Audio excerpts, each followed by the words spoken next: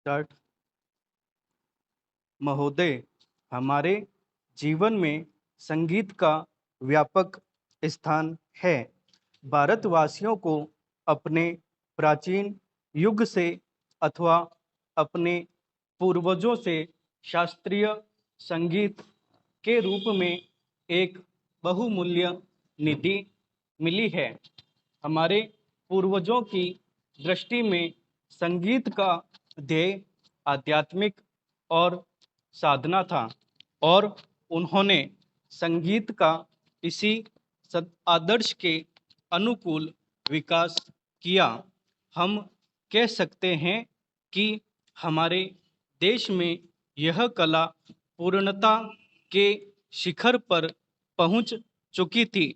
संगीत के ध्येय के संबंध में आज हमारे विचार चाहे कुछ भी हों, यह सभी स्वीकार करेंगे कि इससे सामंजस्य की ओर ले जाने वाली और व्यक्त जगत से ऐक्य का आभास कराने वाली शक्ति निहित है।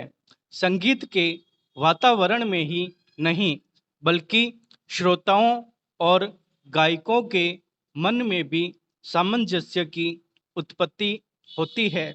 संगीत के उच्च ध्येय और व्यापक प्रभाव के कारण ही प्राचीन काल में भारतवासियों ने संगीत को जनसाधारण के सामाजिक तथा सांस्कृतिक जीवन में ऊंचा स्थान दिया था। शायद ही कोई ऐसा भारतीय त्योहार या उत्सव हो जिसमें संगीत का आयोजन न होता हो। संगीत जन्म से मृत्यु पर्यंत हमारे साथ रहता है।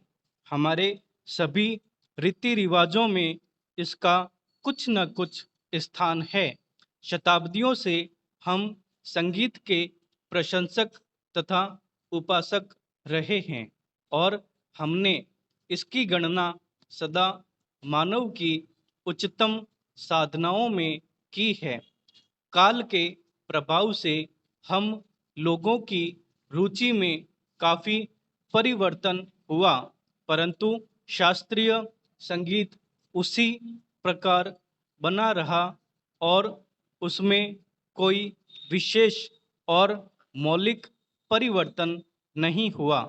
मुसलमान बादशाहों और अमीर उमरों के द्वारा संगीत को केवल प्रोत्साहन ही नहीं मिला, इसमें समयानुकूल हेर फेर भी हुए और आज विशेषकर उत्तर भारत के संगीत ने उसी युग से प्रभावित और बहुत अंशों में अनुप्राणित होकर अपना नया रूप ग्रहण कर लिया है।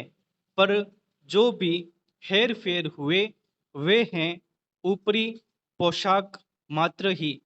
भारतीय संगीत शरीर और आत्मा से अभी भी वही प्राचीन शास्त्रीय संगीत बना हुआ है।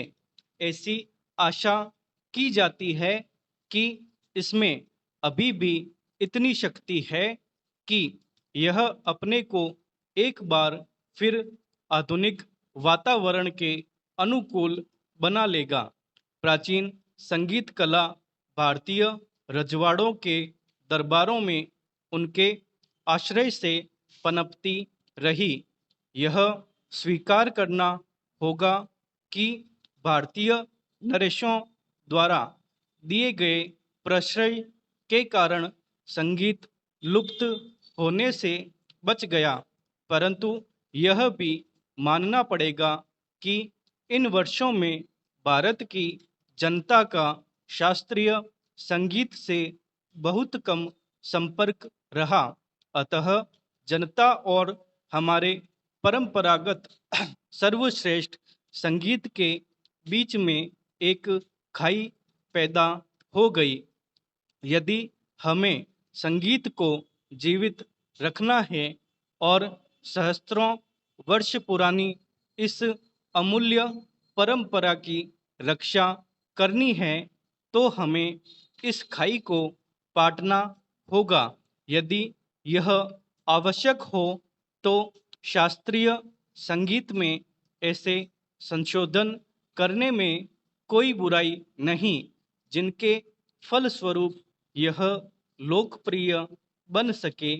इसके साथ ही साधारण जनसाधारण को भी शिक्षित करने की आवश्यकता है, जिससे उनकी रुचि अधिक परिष्कृत हो सके और वे शास्त्रीय संगीत का आनंद उठा सकें। भारत गणराज्य में नरेशों अथवा रजवाड़ों का अच्छा स्थान है।